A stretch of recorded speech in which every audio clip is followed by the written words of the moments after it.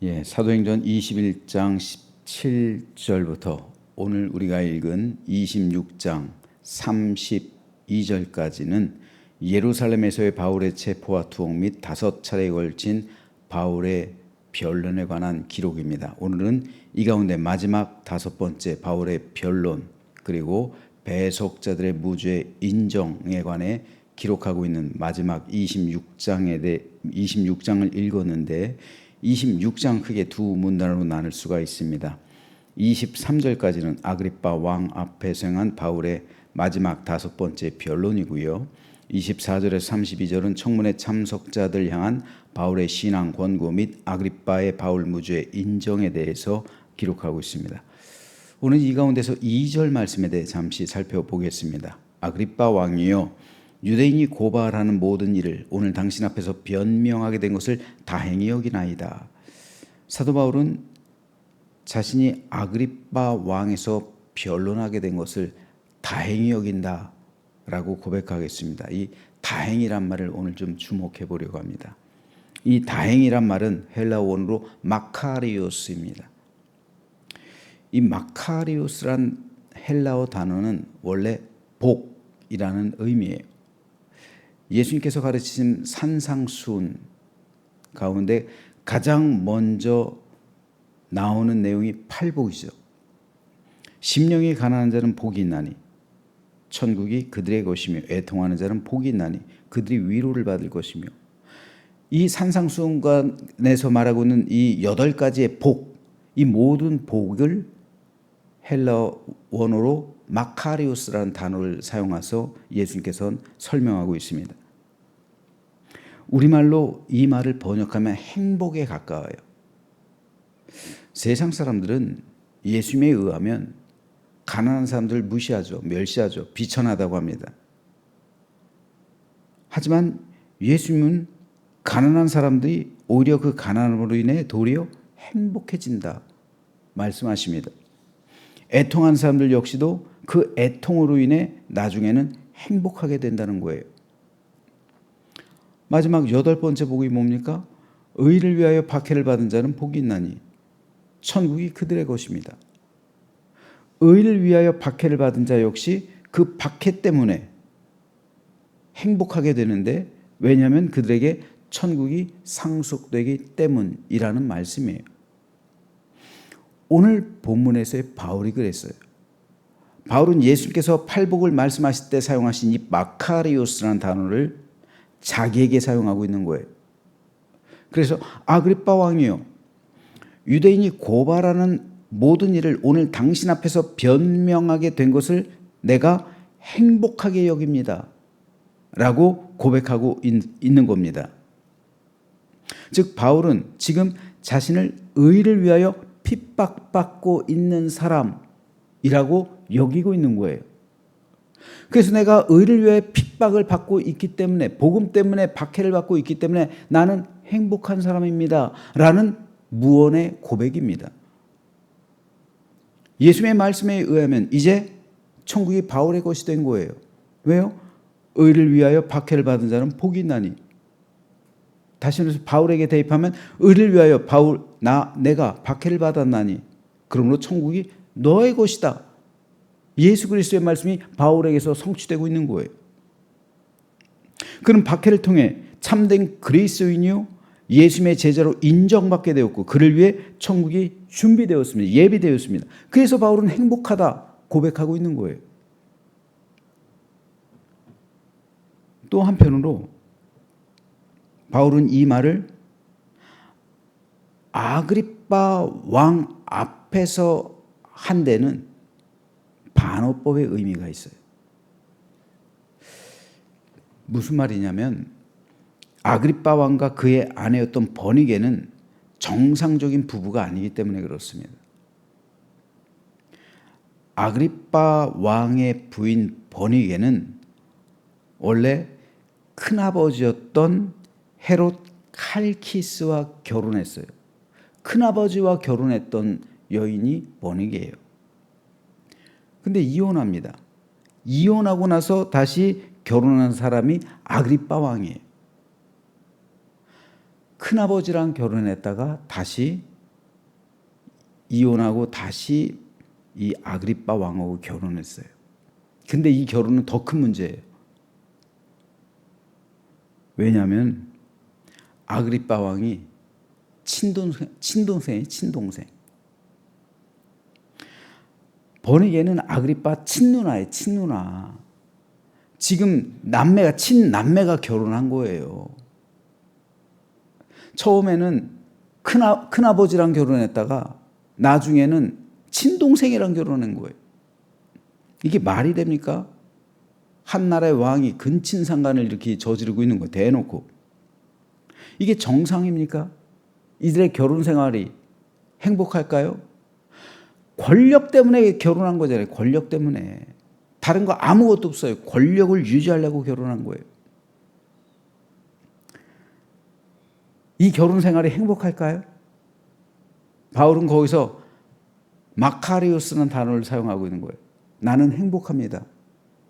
너는 행복하냐? 그렇죠?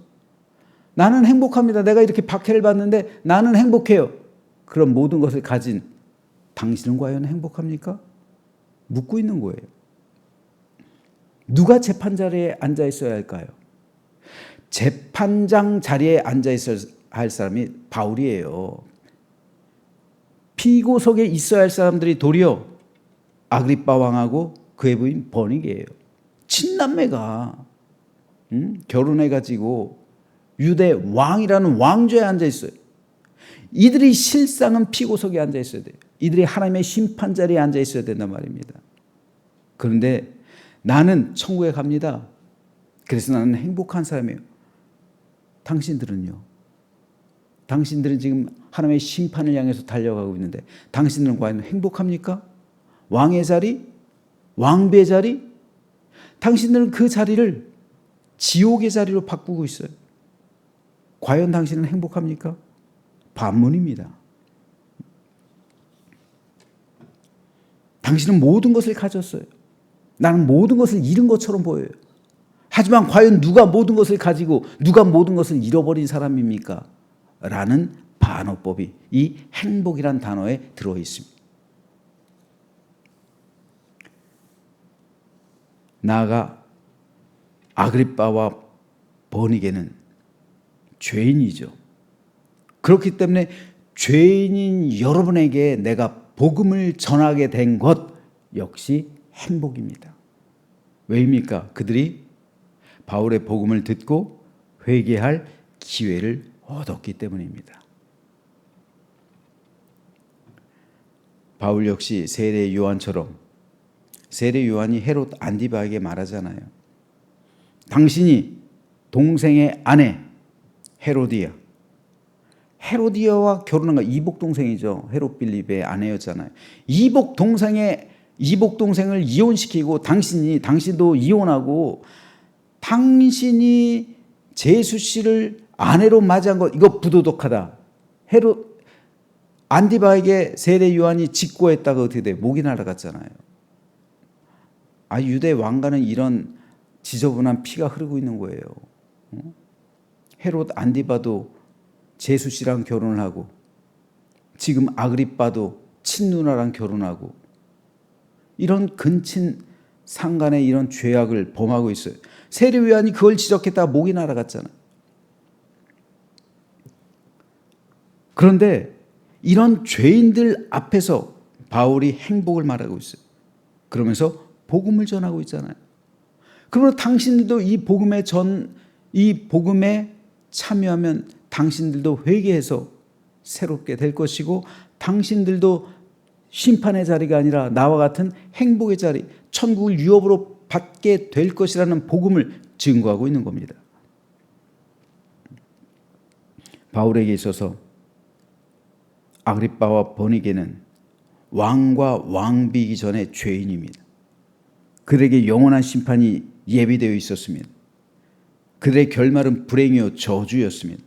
그래서 바울은 지금이라도 당신들에게 복음을 전할 수 있게 되어서 다행이다 말한 겁니다.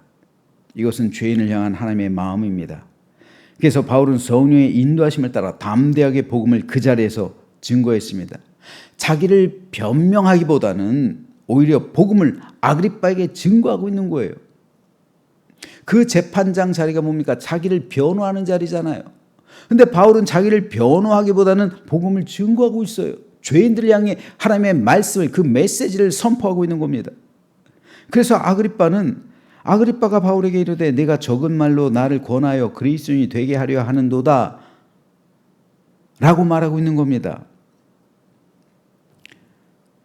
실제로 바울은 자기를 변명하는 그 기회를 자기 목숨을 살리는 데 사용하지 않고 왕에게 복음을 증거하는 기회로 삼았던 겁니다.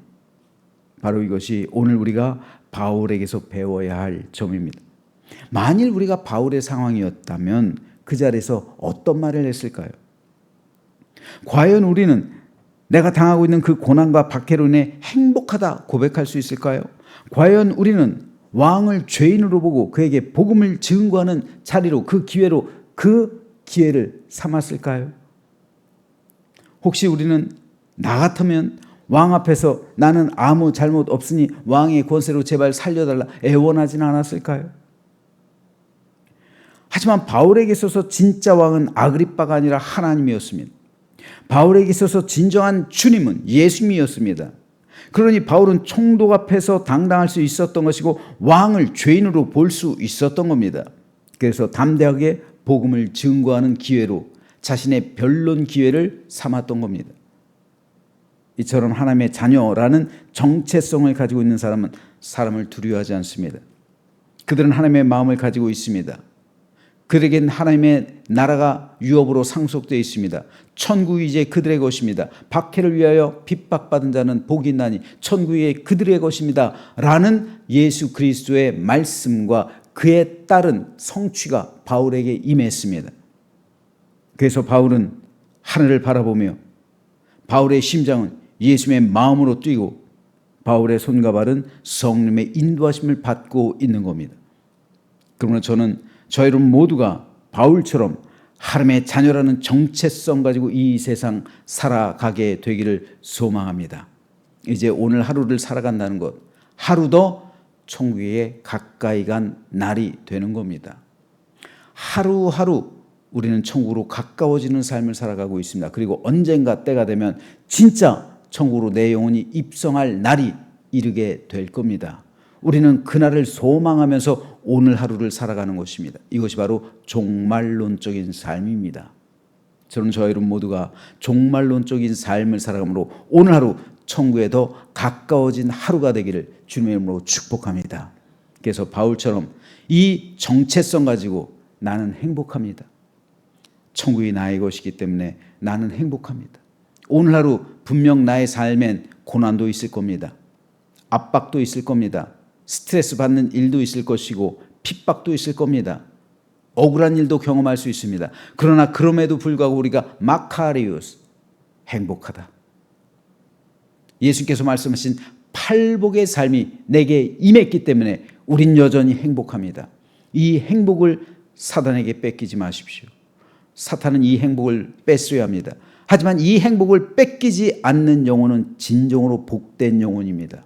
이 행복 뺏기지 말고 오늘도 행복을 유지하며 주와 동행하는 믿음의 삶을 살아가는 우리 모두가 되시기를 주님의 이름으로 축원합니다.